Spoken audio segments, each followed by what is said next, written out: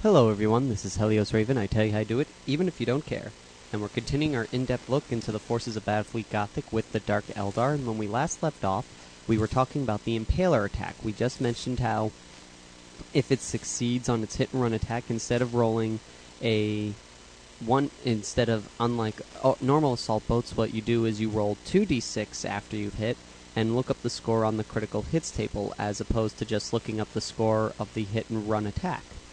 If the Impaler is removed either by turrets or enemy ordnance, attack craft, and so on, the Dark Eldar vessel must reload ordnance as normal before being able to fire it again.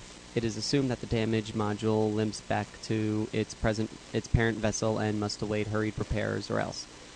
An Impaler can only be completely destroyed by a failed hit-and-run attack, which would leave it useless due to the loss of its crew. However, Impalers are so far larger than most attack craft and hence require substantial amounts of fuel. Because of this, their range is somewhat shorter than that of the smaller attack craft. At the beginning of each Dark Eldar player's turn, he must remove any Impalers from the table. These are assumed to have been forced to return to their parent ship due to lack of fuel. He may of course attempt to reload ordnance during the turn in order to relaunch said Impaler. So if you removed it from the table, you can reload ordnance to try and get it back. You may not launch additional Impalers if you already have a number of Impalers in play equal to the number of Impaler-armed vessels in the fleet. Impalers are not deployed from launch bays in any way, shape, or form, so the overall number of launch bays in the fleet does not affect the number of Impalers in which you are permitted to launch or have in play. And that's it for all the Dark Eldar weaponry. We then move on to one of the two Dark Eldar vessels that they got, which is the Dark Eldar Torture-class cruiser. The Torture-class cruiser is basically the cruiser of choice, the capital ships of the Dark Eldar fleet. It's got the stats of a light cruiser, which is 6 hit points, speed 35, turns 90 degrees, shadow fields, armor 5+, 0 turrets. It is armed with a POW battery of 30 centimeters, firepower 12, front arc. And in addition, the Torture class may be equipped with one of the following for points shown in the fleet list, which we'll talk about in a minute. And the point cost for these and all that good stuff is, here we go. The first weapon it can be given is a POW torpedo tubes that range 30 centimeters, strength 4, in the front arc, and this would cost them 20 points to add this to the cruiser. It could have a POW Phantom Lance at range 30 centimeters with a firepower 2 in the front arc, and this costs them 20 points as well. They can have an Impaler attack craft, which has a range of 30 centimeters. Its firepower is special, as we already talked about, and a firing arc front, and this costs them 20 points. Or it could have launch bays with 4 squadrons of either fighters that move at 30 centimeters, bombers that move at 20 centimeters, or assault boats that move at 30 centimeters at a cost of 40 points. All in all, the cruiser it's basically, there's really not much to say about these ships because you don't really have much of a choice in the matter. It's the only cruiser that you get. It does have the added benefit of the fact that you can mix and match a bunch of the ships to make them any unique type of cruiser setup that you want. If you want long range, if you want short range, if you want ordnance control, if you want ordnance control, if you want heavy ordnance payload.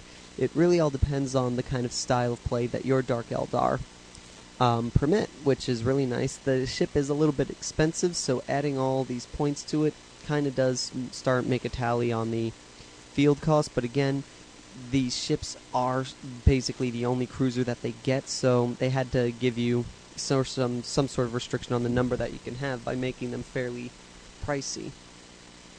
And then there is the one and only escort that they got, which is the Dark Eldar Corsair class escort.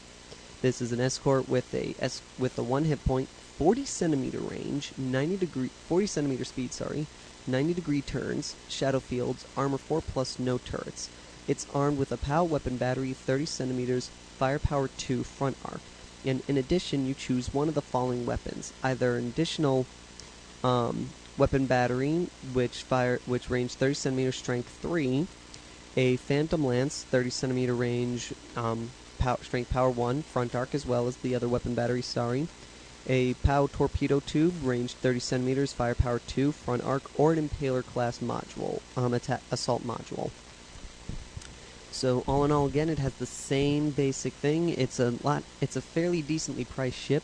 Its only major problem is it's the only one that you get, and the ship but the ship can be customized to again fit your needs. So I can't really say if it's good or bad because there's nothing to compare it to. I can't really say which one's better or not. But those are the cruisers that they got, and in terms of their fleet list that they were allowed to have, they could have a Dread Archon fleet commander. They could have 0 to 1 of these, and it adds a +2 to their leadership to a maximum of 10. If the fleet is worth over 750 points, you must include one of these Archons. And he could purchase up to a maximum of 3 rerolls at different point levels for his vessel.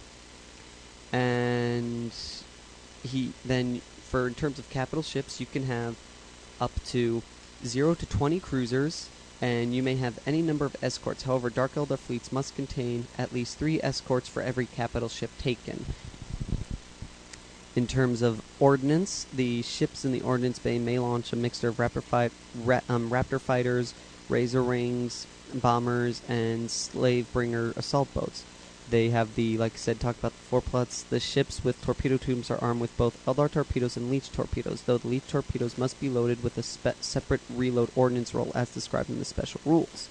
And Impaler, although a form of ordnance, are not counted alongside other ordnance for purposes of launch limits, running out of ordnance, and so on. In these respects, Impalers follow their own special rules that we've talked about. And that's basically it for the Dark Eldar in terms of what you get in your fleet listing. And I'm going to end the video now because I want to keep my final thoughts on a separate video, and I can state them all in proper form with enough proper time. So that is all for now. Until next time, this is Helios Raven, signing off.